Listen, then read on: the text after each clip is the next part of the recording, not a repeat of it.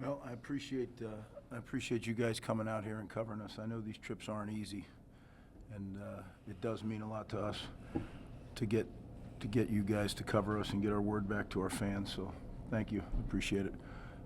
Certainly, really proud of our players, our coaches, and really everybody associated with the program. It's been a tough stretch. I'm not a big believer in should have won this or should have won that. There's one winner and there's one loser. So do we have our feelings about some of the games we've lost? Yeah, but doesn't matter, you know. And today I was really proud of our program, everybody, the way they chopped. Every time we got a little momentum, it felt like we lost it, you know. And but that's the true test.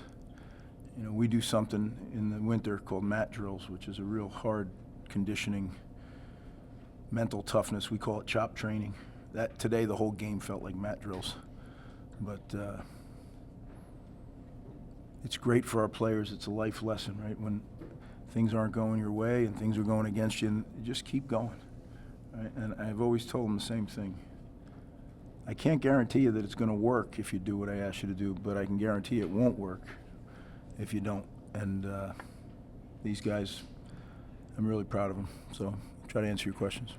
You seemed very emotional at the end of the game. Just what was going through your mind? What were you thinking? What were you feeling as you see the ball go through the upright?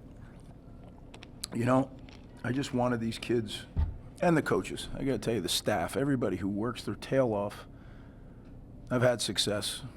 You know, I wanted it for those players so badly because they have not balked at one thing we've asked them to do. And, you know, you lose 4 games in a row. I mean, that's hard.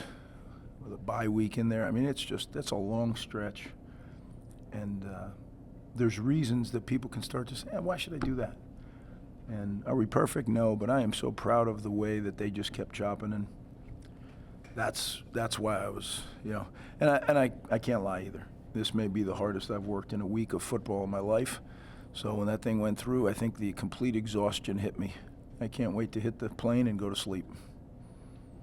Jay Patel's obviously had some tough moments this season. I guess to see him come through like that in high pressure situations late in that game, what was that like for you? Because I know how much, you know, you've talked him through this. Again, it's like there's a lot of those examples out there that of guys that just kept, you know, sounds cliche, right, but kept chopping. You know, Jay had some struggles, and to go out there and make them and clutch situation like that, really happy for him.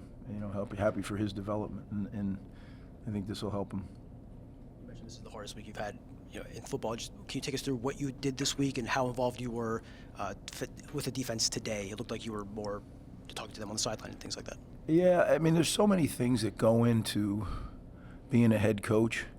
You know, nothing stops just because you're losing. Recruiting doesn't stop. NIL doesn't stop. None of that stuff stops.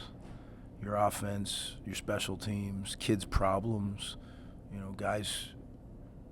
When you have, you know, whatever it is, 200 people that you're responsible, maybe more, think about how many issues come up on a daily basis. And as the head coach, that's your job. So to handle all that and then take on a little maybe additional responsibilities or more time, really. All the work, guys, so the work gets done Sunday through Friday, or really Sunday through Saturday, right up through. But, you know, the other stuff, the game itself is the culmination of all that work. So that's kind of what I mean. There's some late nights trying to just get it down to bare bones and see if we can't just go play really hard. We made mistakes today, believe me. But there were some things that we did, you know, 1 for 9 on 3rd down. I mean, that's the game. You stop them on 3rd down, you get off the field. You know, we've had trouble doing that. And then the last, you know, at the end, getting off the field. You look at offensively, I mean, it was bombs away. You know, the guy I'm really super proud of is Sean Benjamin. I mean, there's a guy who chopped. He very easily could have said, well, you got Sam Brown here, you got Antoine. I'm gonna go somewhere else. And he and I had a really pointed conversation last year, and I told him, you stay here, and I guarantee you're going to be a really good player.